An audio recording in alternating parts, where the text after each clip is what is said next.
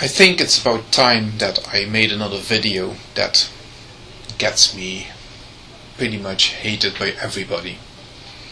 Because I'm good at that. Good at winding up people the wrong way from both sides of an equation. In this case, I want to talk about the whole hullabaloo that's been going on about the burqa. Now let me first of all assure you that I am a very liberal-minded person. So I could take the very simplistic approach.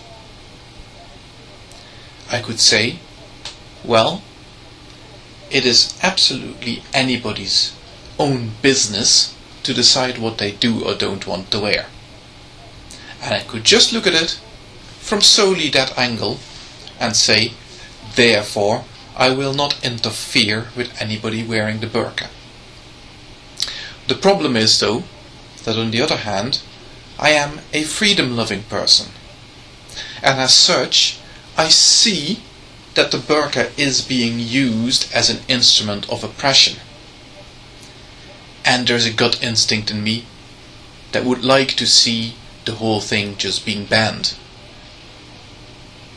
But that, again, goes strongly against my libertarian instincts. You cannot ban a piece of clothing. And after all, we can see on the YouTubes and on other places women putting themselves in front of the camera in their burqa, telling us that they are wearing this piece of clothing with pride, out of their own free will. And if that is the case, who are we really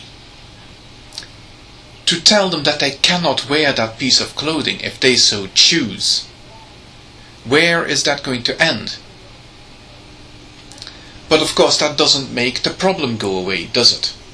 It doesn't make the problem go away that even though they are happy to wear the burqa and that they are happy to do so voluntarily, the fact that there are women out there who don't is undeniable.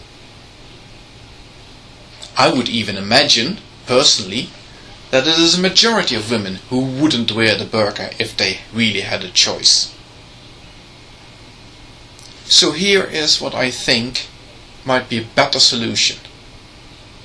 There is an option here that people don't seem to realize, but of course it is the most expensive option. But for those of us who feel that freedoms are something worth investing in, we should really consider whether the fact that something might be a bit more expensive would be a reason to dismiss it, really. So here is what I'm suggesting. Yes, we should definitely not ban the burqa, because in the end, if I were to choose to wear one, even though I'm not a Muslim and I'm not a woman, I should be able to wear one. I should be able to walk down the street wearing a giant diaper if I choose to do so. That is my choice for myself, and it is nobody's business to interfere with that. And if I want that applied to me, then I will have to fight for the right for anybody else to have that applied to them. But what about the coercion? What about all this, all these women being forced to wear the burqa? And that is where, if we are really serious about defending freedom, we have to put our money where our mouths are. So instead of taking the draconian measure of banning the burqa, of just saying, no, nobody can wear this piece of clothing because it is an instrument of oppression, we say, yes, You can wear this piece of clothing if you so choose. But we know that there are women out there who do not wish to wear that piece of clothing.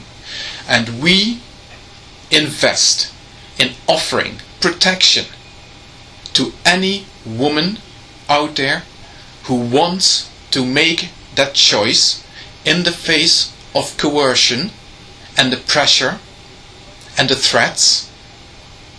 Any woman who chooses not to wear the burqa can count on our protection. We will give her the protection. We will ensure that she can make that choice without having to fear the consequences. And Muslims who want us to allow the wearing of the burqa will agree to us putting this level of protection in place.